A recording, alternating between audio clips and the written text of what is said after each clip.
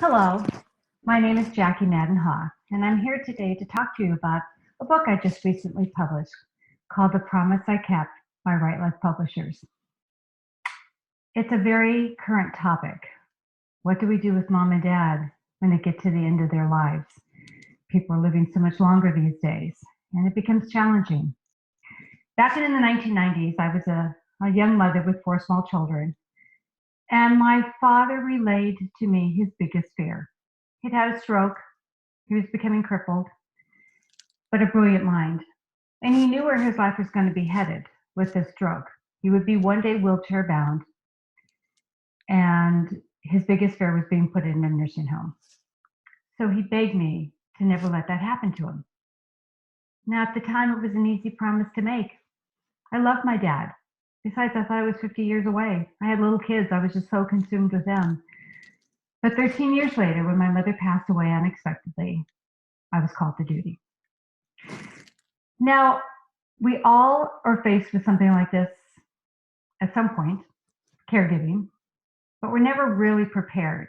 I don't care how many books you read on the topic or the doctors that you discuss with how to do it all. You're not prepared. I thought I was. At this point, I was a single mom, and I was super mom. I did everything. But I wasn't prepared. I wasn't prepared for the fact that my house would become destroyed. His wheelchair and I were never friends, and I knocked out many a corner wall as I would guide him through. The beautiful hardwood floors were permanently scratched from the wheelchair.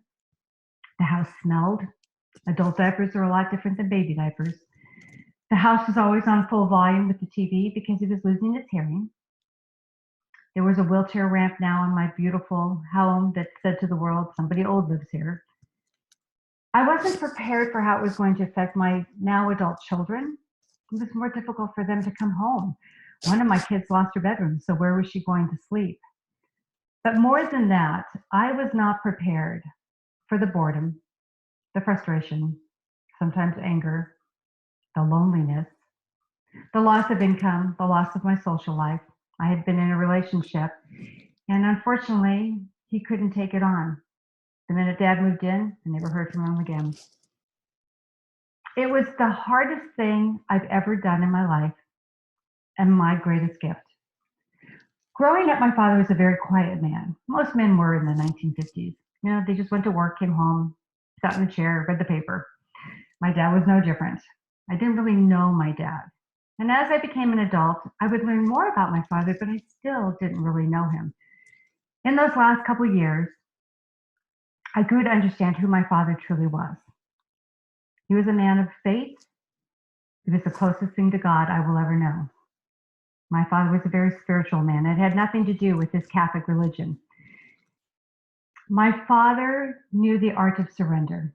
When things got hard, and there was a lot hard in his life, he knew how to give it back to God. My father was a very grateful man. Despite the fact that his daughter was now changing his diapers, he couldn't do anything for himself. He was stuck in a chair all day long, couldn't see TV anymore. He was losing his eyesight, so he couldn't read as well. He was always grateful. He was grateful for the air in his lungs, a chocolate chip cookie, whatever. And I watched my father, and I began to realize my humanity, it wasn't pretty. I am the best at pity parties. When I'm feeling like life isn't fair, bring on the party hats, get my bottle of rum barrel wine, and then have the tissues, and I am good to go. But watching my dad, I realized I don't want to live the way I've been living. I need to change.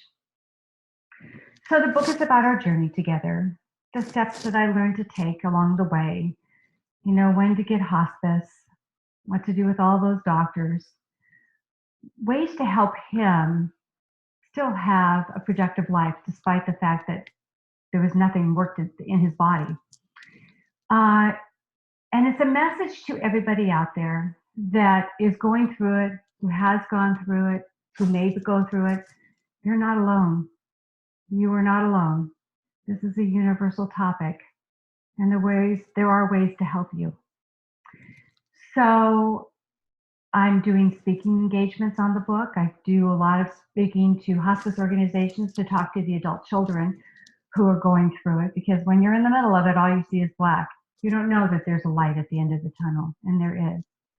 What I learned from the deaths of both of my parents is that it's truly a miracle. Death is a miracle.